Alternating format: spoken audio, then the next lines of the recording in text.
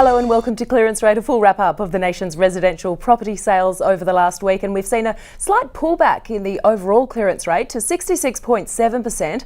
That's down from 70.8% last week and 70% this time last year.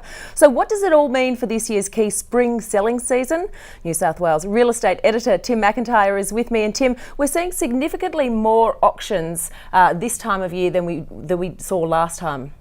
Yeah, that's right, Maura. Well, last year, basically, everyone finally kicked into gear to sell at springtime, and the numbers have been up ever since. So now they're, as we can see here, there's 632 in Sydney for a 76.2% rate this week. That's a lot. That's up about 30% on this time last year. Meanwhile, Adelaide and Melbourne also had high results there, which is good coming into spring. And what are we seeing by way of private house sales over the last 7 days? Well, standard fare there, once again, Sydney dominating the situation. You can see here nearly 2,000 sales, and we've got the median price of 666, the median of the beast, you might say. It's sort of a doomsday number there. Should we be concerned at all? Only that it doesn't get any cheaper than that anytime soon, I think. I think we should be concerned. Yeah, okay, so also we've got Melbourne up there, good value under 500,000 for houses, and also Brisbane and Adelaide just sort of potting along a little bit, Perth on the way down still. Yeah, and on the apartment front, are we seeing any cooling off in those sort of smaller unit sales? Well, not so much cooling off, but I mean the median has come down from where it was a while ago, of close to 600,000 in Sydney, now at 555 to go along with a 666 for houses. Meanwhile, Melbourne and Brisbane are also just going along steady. Perth really coming down to 440 now, and Adelaide actually starting to head up a little bit. Yeah, Adelaide looks like a little bit of a promising market. Perhaps potential investors can have a little bit of a look there. Let's talk about the weekend's buying, how that's influenced the overall value of homes across the nation. Okay, well, most markets are now kicking into gear and moving ahead. Adelaide had the biggest week, 1% growth for the week, but they're only up 5.6% for the year. While Melbourne next with 0.7% are now up to 12.3% year on year, which is starting to challenge Sydney for those sort of boom rates. Yeah, really starting to close that gap a little bit, isn't it? But then a big drop off for the other three. Yeah, and you can see that Perth is going backwards and now has come all the way down just to 2.4% higher year on year. Well, rightly so. That mining boom really saw prices there jump ridiculously high. They overshot their value and now they're headed back down into their trough.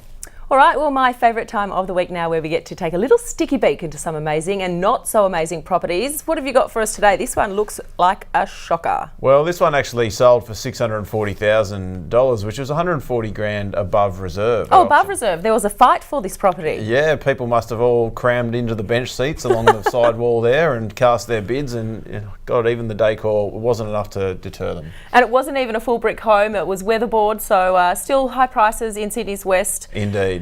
This one looks nice. And here's something that's just come onto the market. I thought that we'd look at a few interesting properties to come on. This is known as the Bush Shed out at Kilcare. From the outside, which is on the Central Coast, by the way, from the outside it looks like a little ramshackle bush shed, but once you go in, it's got a modern design and looks very pretty indeed. Makes for a very nice beach house indeed, and a bit of a warehouse conversion by the look of it. Well, this one is a former tram depot in Darlinghurst in the city. So once a tram master's station house, and now you can see it's maintained some of the original features with the awnings and that sort of thing in there, which makes it look quite cool. It really gives so much character, and look at this, it looks like potentially an old church conversion, or at least there's a tower there.